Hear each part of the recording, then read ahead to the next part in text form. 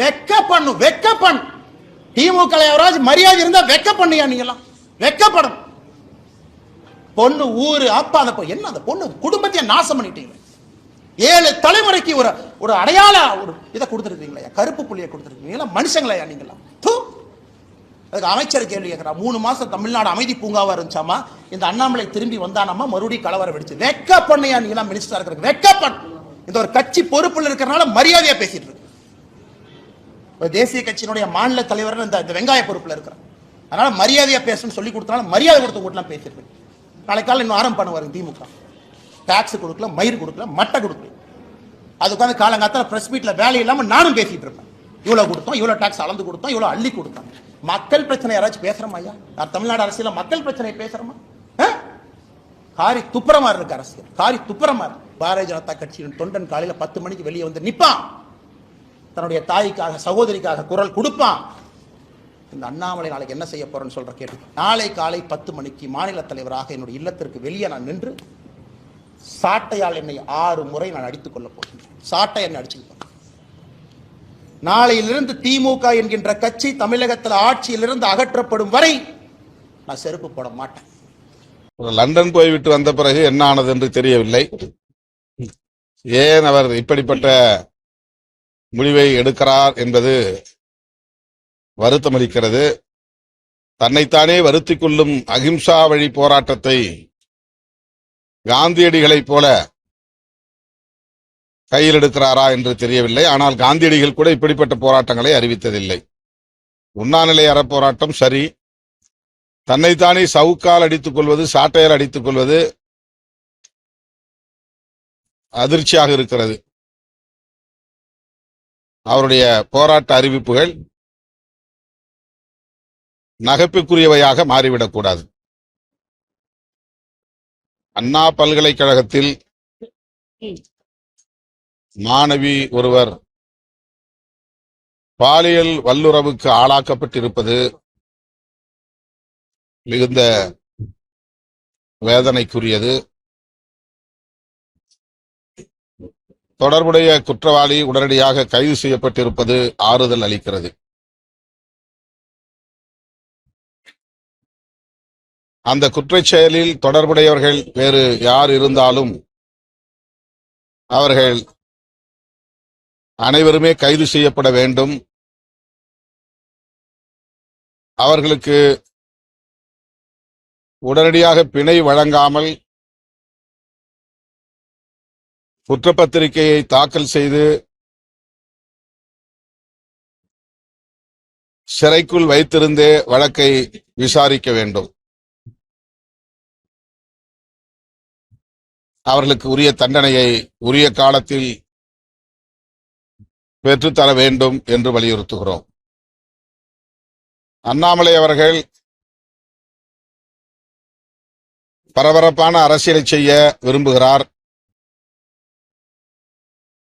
தமிழகத்தை பொறுத்தவரையில் அதிமுக எதிர்க்கட்சி அல்ல, பாஜக தான் எதிர்க்கட்சி என்று காட்டுவதற்கு பெரிதும் முயற்சிக்கிறார். ஆகவே ஆளுங்கட்சியின் மீது அவ்வப்போது குற்றச்சாட்டுகளை அடுக்கினால்தான் ஒரு எதிர்க்கட்சியாக செயல்பட முடியும், எதிர்க்கட்சி தலைவராக காட்டிக்கொள்ள முடியும் என்று அவர் நம்புவதாக தெரிகிறது. கைது செய்யப்பட்ட ஞானசேகரன் அரசியல் கட்சி தலைவர்களோடு புகைப்படம் எடுத்திருக்கிறார் என்று காரணம் சொல்லி அதற்கு திமுக பொறுப்பேற்க வேண்டும் என்று கூறுவது அப்பட்டமான ஒரு அரசியல், ஆதாய அரசியல். அவர் கைது செய்யப்படாமல் இருந்தால் ஒருவேளை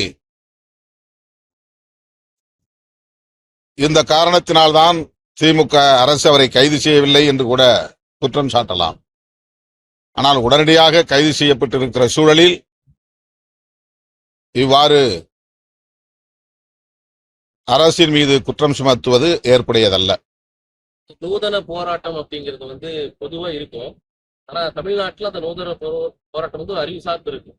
ஆனா இப்ப பாஜக தலைவர் அண்ணாமலை என்ன சொல்லியிருக்காருன்னா, திமுக வந்து ஆட்சி வந்து அகற்று வரை நான் செருப்பு போட மாட்டேன், நாட்டியல் அடிச்சிருவேன் தினம், இங்க நாளைக்கு எடுத்து போகும் அப்படிங்கிற மாதிரி தான் அப்படிங்க. 48 நாள் வந்து விரதம் இருக்க போவதாகவும் காலில் செருப்பு பண்ணி போறதுல திமுக ஆட்சியிலிருந்து விலகுற வரைக்கும் அதை நான் செருப்பு போட மாட்டேங்கிறாரு. அதே மாதிரி தனக்கு தண்டனையை வந்து 6 சாட்டை அடியை வந்து வீட்டு முன்னாடி நின்று நாளைக்கு 10 மணிக்கு அவர் அடிச்சுட்டு போறதா அப்படின்னு மாநில இந்த தலைவர் அணுகுமுறை வந்து நாகரிகமான அரசியல்னு சொல்லிட்டு அந்த வார்த்தையை வந்து பயன்படுத்தி லண்டன் போய்விட்டு வந்த பிறகு என்ன ஆனது என்று தெரியவில்லை. ஏன் அவர் இப்படிப்பட்ட முடிவை எடுக்கிறார் என்பது வருத்தமளிக்கிறது. தன்னைத்தானே வருத்திக் கொள்ளும் அகிம்சா வழி போராட்டத்தை காந்தியடிகளைப் போல கையில் எடுக்கிறாரா என்று தெரியவில்லை. ஆனால் காந்தியடிகள் கூட இப்படிப்பட்ட போராட்டங்களை அறிவித்ததில்லை. உண்ணாநிலை அறப்போராட்டம் சரி, தன்னைத்தானே சவுக்கால் அடித்துக் கொள்வது, சாட்டையால் அடித்துக் கொள்வது அதிர்ச்சியாக இருக்கிறது. அவருடைய போராட்ட அறிவிப்புகள் நகைப்புக்குரியவையாக மாறிவிடக்கூடாது.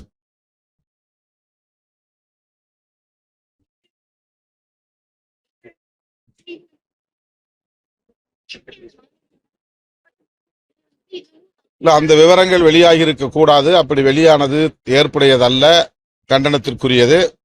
அதற்கு காரணமானவர்கள் யார் என்பதை கண்டறிந்து காவல்துறை உரிய நடவடிக்கை எடுக்க வேண்டும். சின்ன சின்ன வழக்குகள்ல கூட எஃப்ஐஆர் காப்பி வர்றது இல்ல.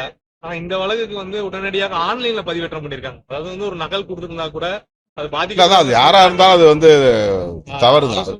அது மீது நடவடிக்கை எடுக்கும். பக்கத்திலேயே பண்ணிருக்காங்க. ஆ?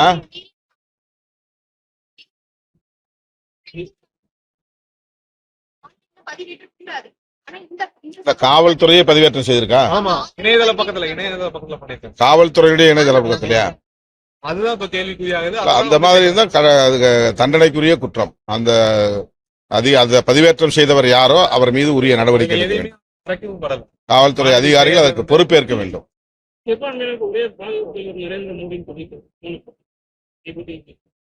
இது 21ஆம் நூற்றாண்டின் மிகச்சிறந்த நகைச்சுவை.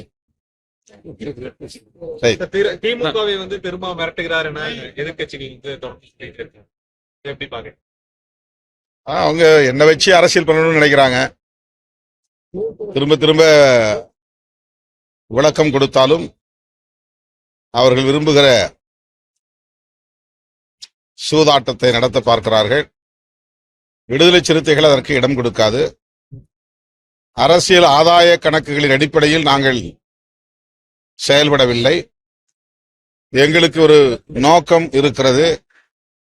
தேர்தல் களத்திலும் கொள்கை சார்ந்து தொலைநோக்கு பார்வையோடு லாப நட்ட கணக்கில்லாமல் இயங்க வேண்டும் என்பதில் உறுதியாக இருக்கிறோம். ஆகவே நாங்கள் யாரையும் மிரட்டுகிற நிலையிலும் இல்லை, எங்களை யாரும் மிரட்டுகிற நிலையிலும் நாங்கள் இல்லை.